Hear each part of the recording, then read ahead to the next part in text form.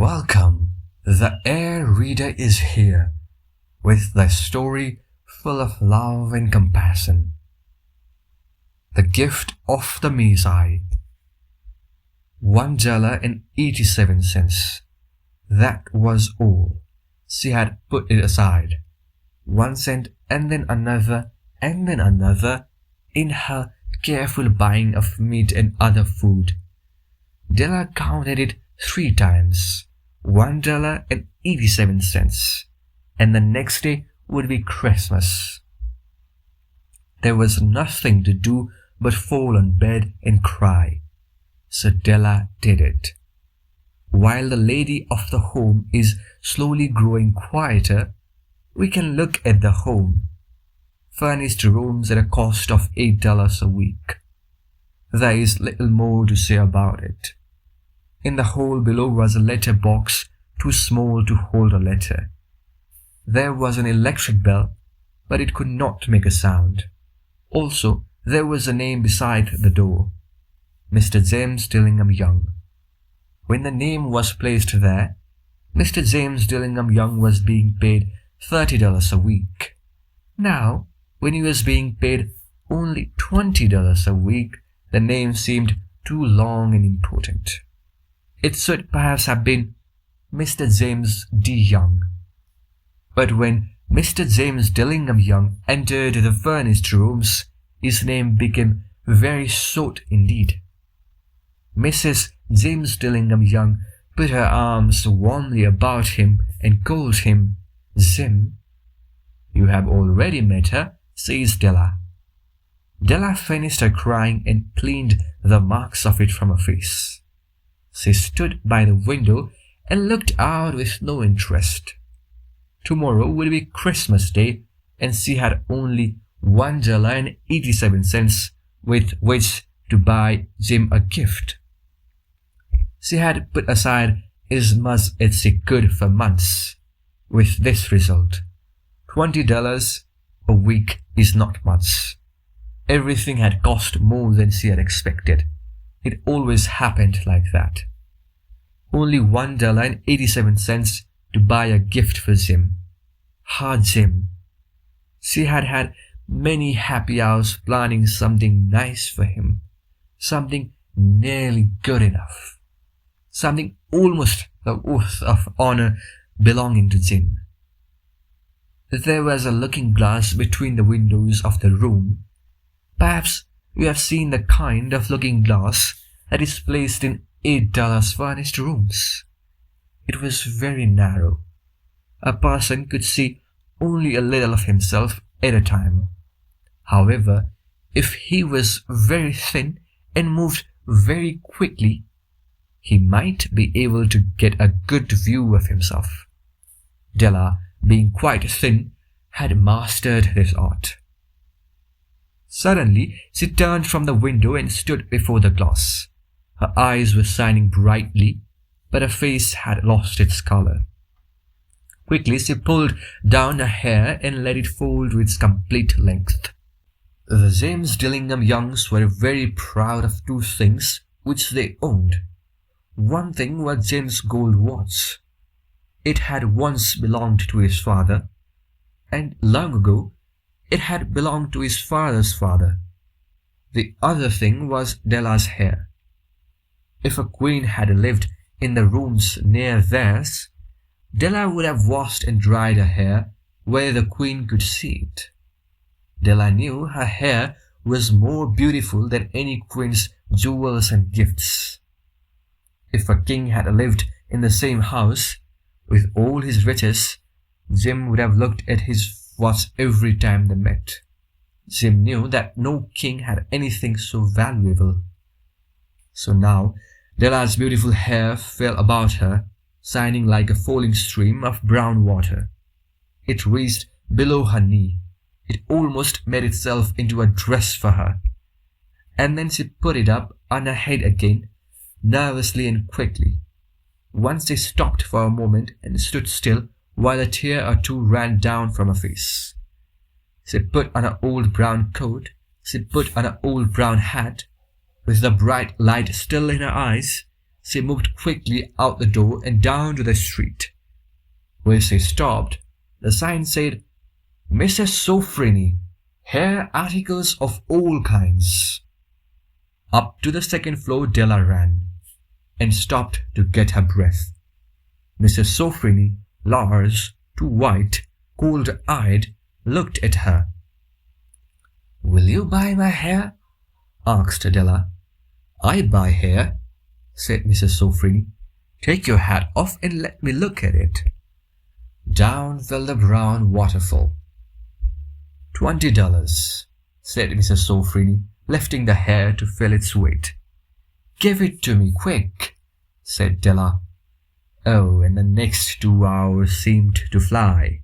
She was going from one shop to another to find a gift for Jim. She found it at last. It surely had been made for Jim and no one else. There was no other like it in any of the shops, and she had looked in every shop in the city. It was a gold watch chain, very simply made. Its value was in its rich and pure material. Because it was so plain and simple, you knew that it was very valuable. All good things are like this. It was good enough for the watch. As soon as she saw it, she knew that Jim must have it. It was like him. Quietness and value. Jim and the chain both had quietness and value. She paid $21 for it, and she hurried home with the chain and 87 cents. With that chain on his watch, Jim could look at his watch and learn the time anywhere he might be. Though the watch was so fine, it had never had a fine chain. He sometimes took it out and looked at it only when no one could see him do it. When Della arrived home, her mind quieted a little. She began to think more reasonably. She started to try to cover the sad marks of what she had done. Love and large-hearted giving, when added together, can leave deep marks. It is never easy to cover these marks, dear friends, never easy. Within 40 minutes, her head looked a little better. With her short hair, she looked wonderfully like a schoolboy. She stood at the looking glass for a long time. "If Jim doesn't kill me," she said to herself, "before he looks at me a second time, he will say I look like a girl who sings and dances for money. But what could I do? Oh, what could I do with $1.87? At 7, Jim's dinner was ready for him. Jim was never late. Della held the watch chain in her hand and sat near the door where he always entered. Then she heard his step in the hall and her face lost its color for a moment. She often said little prayers quietly, about simple everyday things.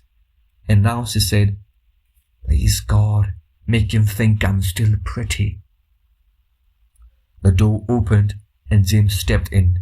He looked very thin and he was not smiling. Poor fellow, he was only 22, and with a family to take care of. He needed a new coat and he had nothing to cover his cold hands. Jim stopped inside the door. He was as quiet as a hunting dog when it is near a bird. His eyes looked strangely at Della, and there was an expression in them that she could not understand. It filled her with fear. It was not anger, nor surprise, nor anything she had been ready for. He simply looked at her with that strange expression on his face. Della went to him.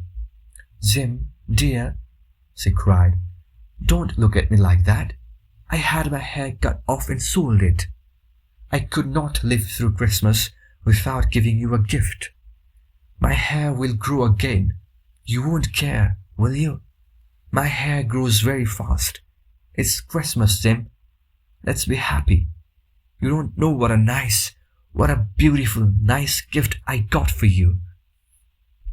"You've got off your hair?" asked Jim slowly. He seemed too labor to understand what had happened. He seemed not to feel sure he knew. "Cut it off and sold it," said Della. "Don't you like me now? I'm me, Jim. I'm the same without my hair." Jim looked around the room. "You say your hair is gone," he said. "You don't have to look for it," said Della. "It's sold, I tell you, sold and gone, too. It's the night before Christmas, boy. Be good to me, because I sold it for you. Maybe the hairs of my head could be counted," she said, "but no one could ever count my love for you. Shall we eat dinner, Jim?" Jim put his arms around his Della. "For 10 seconds, let us look in another direction. $8 a week or $1,000,000 a year. How different are they? Someone may give you an answer, but it will be wrong. The Magi brought valuable gifts, but that was not among them. My meaning will be explained soon." From inside the coat, Jim took something tied in paper. He threw it upon the table. "I want you to understand me, Dell," he said. "Nothing like a haircut could make me love you any less. But if you'll open that, you may know what I felt when I came in." White fingers pulled off the paper, and then a cry of joy, and then a change to tears. For there lay the combs that Della had seen in a shop window and loved for a long time. Beautiful combs, with jewels, perfect for her beautiful hair. She had known they cost too much for her to buy them. She had looked at them without the least hope of owning them, and now they were hers, but her hair was gone. But she held them to her heart, and at last was able to look up and say, "My hair grows very fast, Jim." And then she jumped up and cried, "Oh, oh." Jim had not yet seen his beautiful gift. She held it out to him in her open hand. The gold seemed to shine softly as if with her own warm and loving spirit. "Isn't it perfect, Jim? I hunted all over town to find it. You will have to look at your watch 100 times a day now. Give me your watch. I want to see how they look together." Jim sat down and smiled. "Della," said he, "let's put our Christmas gifts away and keep them a while.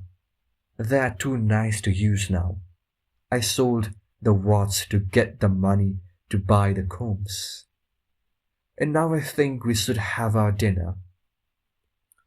The Magi, as you know, were wise men, wonderfully wise men, who brought gifts to the newborn Christ child. They were the first to give Christmas gifts. Being wise, their gifts were doubtless wise ones. And here I have told you the story of 2 children who were not wise. Each sold the most valuable thing he owned in order to buy a gift for the other. But let me speak a last word to a wise of these days. Of all who give gifts, these 2 were the most wise. Of all who give and receive gifts, such as they are the most wise. Everywhere they are the wise ones. They are the Magi. Thank you for listening.